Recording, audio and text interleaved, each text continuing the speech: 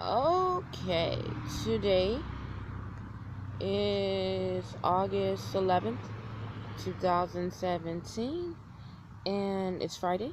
And I just wanted to give an update because I haven't been around in a long time, a couple of days, probably like some weeks, I think. But you can see I got a little bit heavier, just a little bit, like because I gained like 10 pounds. Uh, yeah, I went to a funeral, went back home, and saw a lot of relatives, and I smashed. Yeah, I did. I did. I smashed so hard. I was like, yeah. Uh, but I'm just out here enjoying this good weather. Um, just relaxing, and I noticed a lot of things when I started telling people like there are literally people who are, you know, evil out there. I always thought there was everyone is good, they're really evil people out here. But another thing I learned that I can't change them, but how to overcome it is to protect myself, and that is not letting these people in. I learned when I start keeping secrets for myself back again, because people used to say that I was so closed off and compartmentalized people and all that. You know what? I'm kind of glad that I did. If I would have listened to myself and just thought about like how people were trying to get me to um follow their rules and stuff, I would have changed that. I would have definitely did something. I would have stayed, not changed it. I would have changed how they would had an effect on me. Um, because now I know that was all bull crap. That was totally bull crap. And that's from people hating because they didn't do what they needed to do, so they got to bring someone else down. And some of them didn't know it, but some of them know exactly what they're doing. Okay, because they hate their lives, and some of them are totally witches. But what I have learned is to just don't tell them.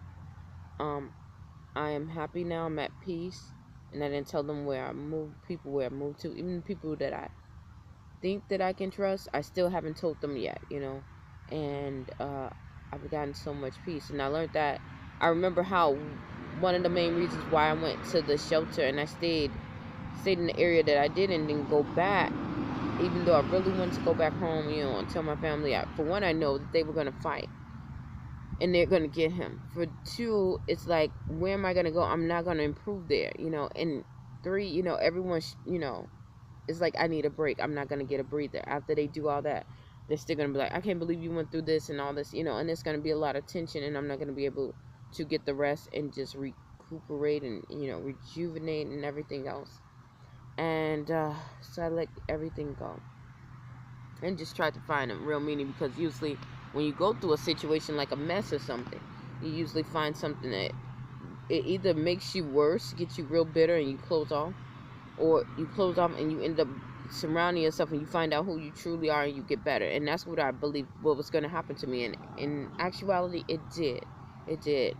At first, I want to say the first year and a half it was bad, but now it's getting a lot better. So yeah.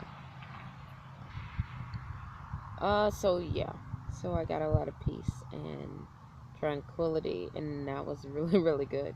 Not to step away from a lot of people and a lot of things, and uh to do that, and I was crying about it. um it took a lot out of me because these people meant so much to me, but it was damaging me because I wasn't taking care of myself.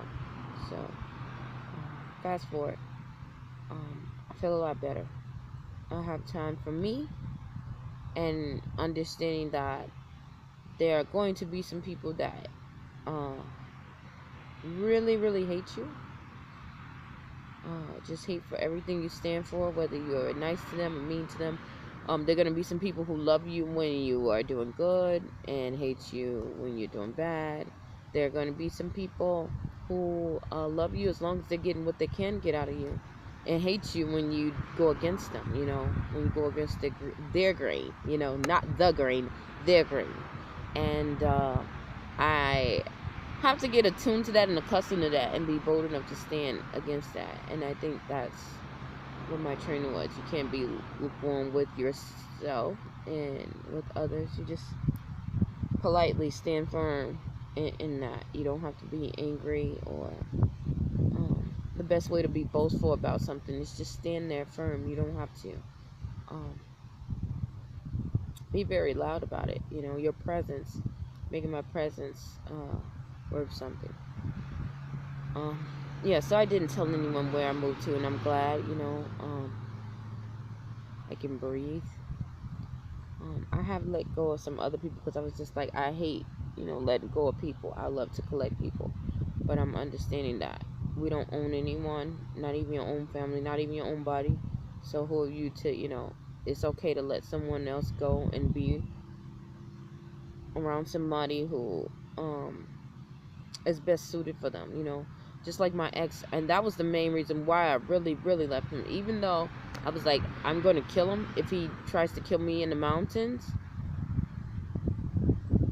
I stopped fighting because I was getting tired of fighting, but I wouldn't have stopped. You know, I probably would have killed myself trying to fight for him when he wasn't fighting for himself. But I found out that he really just didn't want to be with me, you know. And that kind of hurt. And it took a lot of time for me to get up and just understand that and leave, because it's different if you are on addictions and you still want to be with somebody. You'll still be with that person. I don't give a care if you're a man, female. If you want to be with somebody, you really want to be with them. No, addiction, it might damage the relationship, but if you really want to be with somebody, it'll change, you know. So an addiction is an overpowering thing, but uh, you'll know the difference. And people, if you've been around someone who